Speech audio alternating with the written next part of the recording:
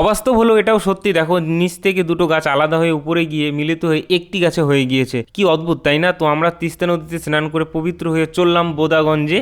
ওখানে ভামুরি দেবীর মন্দির আছে, তো মায়ের দর্শন করব। আর এই ভামুরি দেবীর মন্দির কিন্তু 51টি সতীপীঠের মধ্যে একটি। খুবই সুন্দর মন্দির, আমার যাওয়া হয়নি, তো যাচ্ছি। আর এই মন্দিরটি জলপাইগুড়ি থেকে 20 কিলোমিটার, আর হচ্ছে তোমার গাজলডোবা থেকে মাত্র 16 কিলোমিটার। তো তোমরা যারা যাওনি গিয়ে ঘুরে আসতে পারো। খুবই ভালো লাগছে মন্দিরের ভিতরে এসে, শাল সেগুনে ঘেরা, তিস্তা নদীর পাড়ে এই ভামুরি দেবীর মন্দির। সত্যি মন মুগ্ধ করা পরিবেশ। তোমরা যদি কেউ না গিয়ে থাকো আমি রেকমেন্ড করবো অবশ্যই গিয়ে আসো, মন ফ্রি হয়ে যাবে।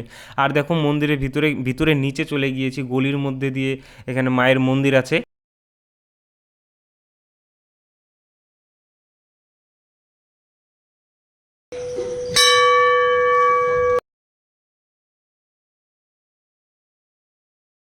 তোমরা যদি এই মন্দিরে কেউ না গিয়ে থাকো আমি বলবো যে অবশ্যই ঘুরে আসো, দেখবে মনটা ফ্রেশ হয়ে গিয়েছে। আর আজকের মতো আমি আসি, টাটা বাই, গুড নাইট।